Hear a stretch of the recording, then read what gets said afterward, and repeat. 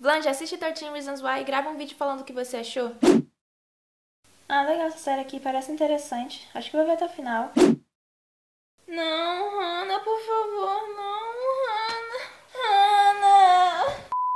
Olá, bem-vindo ao Fix Somos, eu sou a Blanche, e quando eu assisti essa série mais recente da Netflix, 13 Reasons Why, eu senti um mal-estar muito grande, eu sei que muita gente também sentiu, e eu percebi que esse sentimento tem muito a ver com a empatia que a gente sente pelos personagens da série, então eu resolvi falar sobre 6 características dessa série que contribuem para a empatia. São características ligadas à construção de personagens, e lembrando que é tudo na minha visão, na minha interpretação, beleza? O que eu vou tentar fazer é um estudo de caso, analisando algumas possibilidades de como a gente pode criar esse sentimento de empatia nas nossas próprias histórias. A ideia, né, é que a partir da identificação que o público tenha com esse personagem, a empatia, o conseguir se colocar na pele do personagem, que a partir disso o público consiga se emocionar com a história que está sendo contada. 13 Reasons Why é protagonizado pelo Clay, um garoto de 17 anos que tinha uma amiga e crush chamada Hannah, que acabou de se suicidar. 2 semanas depois do suicídio, Clay recebe algumas fitas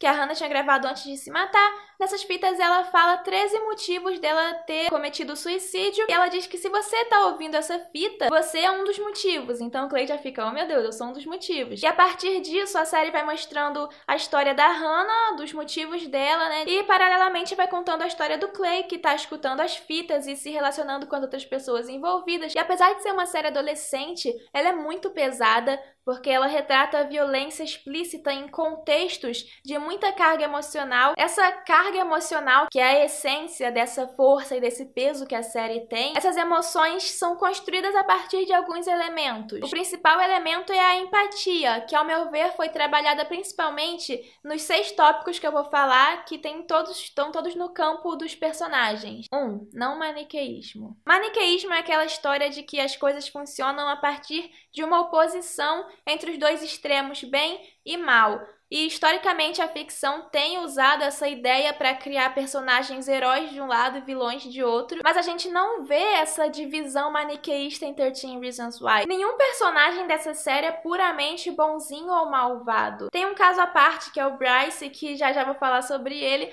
mas no geral a gente não vê esse maniqueísmo. Nem mesmo a Hannah é uma heroína, ela não é. Principalmente por causa dessa história das fitas, né? Que ferraram com a vida das pessoas que ela culpou. E até os personagens que a Hannah culpou, eles não são nem bons nem maus também. Muitas vezes eles nem faziam ideia que as atitudes deles iam ferir a Hannah. Fora que o relato da Hannah nas fitas, em alguns pontos, é diferente do relato das pessoas envolvidas naquelas situações narradas. Então pode até ser que a Hannah tenha interpretado alguma coisa de um jeito errado, ou até que a Hannah esteja mentindo. E de qualquer jeito, isso são evidências de que os personagens não agem de acordo com padrões de bem e mal. Eles simplesmente agem como humanos. Eles erram e acertam, eles têm momentos de altruísmo e de gentileza, e também tem momentos de confusão ou de egoísmo. Então esse não maniqueísmo se aproxima mais de pessoas reais. 2. Background. Background, ou pano de fundo, é o contexto por trás de alguma parte, de algum elemento da história,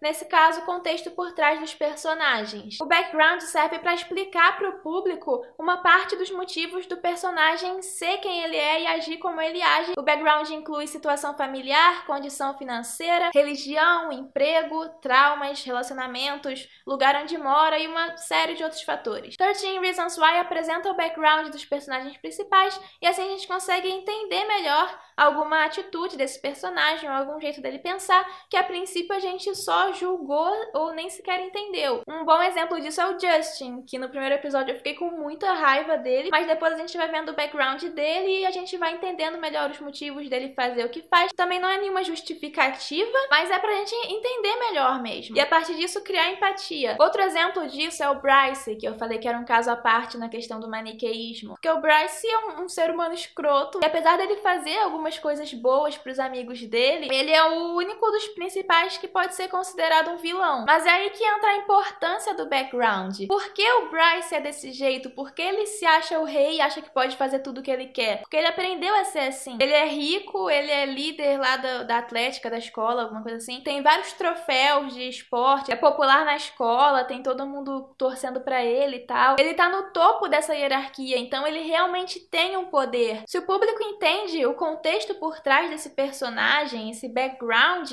então a gente consegue ver que ele não age simplesmente por querer fazer o mal, mas é porque ele realmente age e pensa a partir desse poder que ele tem. Quando você tem personagens com um background bem construído, você faz o público pensar, e se fosse eu no lugar daquele personagem? Se eu tivesse passado pelas coisas que esse personagem passou, será que eu não agiria assim? 3. Decisões burras ou ilógicas. Na vida real, todo mundo toma decisões ruins o tempo todo, seja por medo, por insegurança, seja por confusão sobre certo e errado, ou para tentar se encaixar em algum grupo. Principalmente adolescentes, porque os personagens da série são adolescentes, eles têm 17, 18 anos. Ver que os personagens têm essa falha, que é tomar decisões ruins, faz com que a gente veja nos erros dos personagens os nossos próprios erros. Porque quando a gente toma decisões ruins, muitas vezes a gente não sabe que aquilo é ruim no momento em que acontece. A gente só vai saber a partir das consequências que aquilo vai trazer. No caso de 13 Reasons Why, a gente já sabe que a consequência foi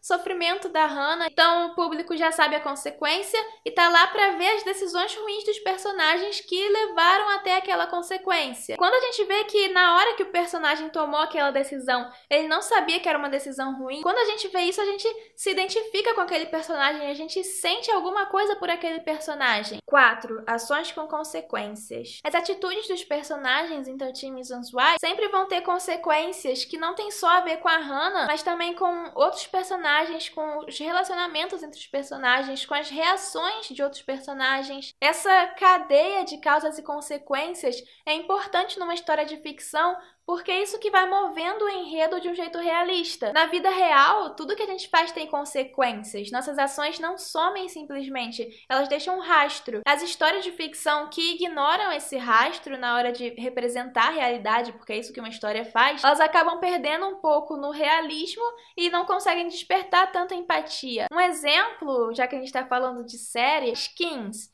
Skins é uma série que os personagens fazem um monte de merda e muitas vezes não existem consequências condizentes com aquilo que eles estão fazendo. E isso dá aquela sensação de tipo, tá, só numa série pra eles fazerem isso não acontecer nada. Enquanto isso, em 13 Reasons Why, a gente tem uma causalidade muito mais trabalhada, o que aumenta o realismo e a empatia. 5. Ingenuidade. Na vida real, a gente sempre acaba confiando em quem não tem que confiar, ou então a gente se arrisca achando que as coisas ruins só acontecem com os outros e que a gente é a prova de balas. Isso é uma ingenuidade ainda mais forte quando a gente é adolescente. Em 13 Reasons Why, essa ingenuidade ela é bem representada nas ações dos personagens, nos pensamentos e até nos sentimentos. Isso causa uma sensação de empatia.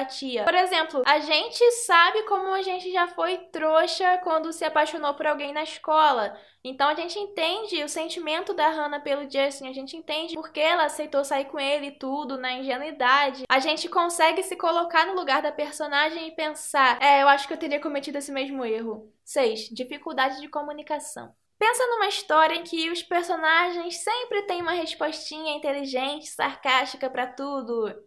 A culpa é das estrelas. E você pode até ficar pensando, poxa, seria legal se eu tivesse uma comunicação tão boa quanto a desses personagens, se eu sempre soubesse a coisa certa a se falar. Só que provavelmente você não é assim. Se comunicar com as pessoas é difícil. Entender totalmente o que a outra pessoa tá tentando te passar é difícil. Quando você vê uma história em que isso é fácil, pode até ser uma história boa, mas ela perde alguns pontos em realismo e perde alguns pontos em empatia. Em 13 Reasons Why, a gente vê nítida essa dificuldade de comunicação dos personagens. Até porque é um dos temas centrais da série. Se você for reparar, a maior parte das cenas em sala de aula são na aula de comunicação. A Hannah estava mal e tinha dificuldade de passar isso para as pessoas tinham dificuldade de entender isso. Depois do suicídio da Hannah, a escola está tentando estimular a comunicação entre os alunos. Até o arco de personagem do Clay tem a ver com uma melhora na capacidade de comunicação dele. Muitos erros que o Clay cometeu com a Hannah tem a ver com não conseguir se expressar direito, não saber o que falar, ou então falar coisas que eram prejudiciais e que ele nem fazia a menor ideia de que seriam prejudiciais para Hannah. Personagens com dificuldade de se comunicar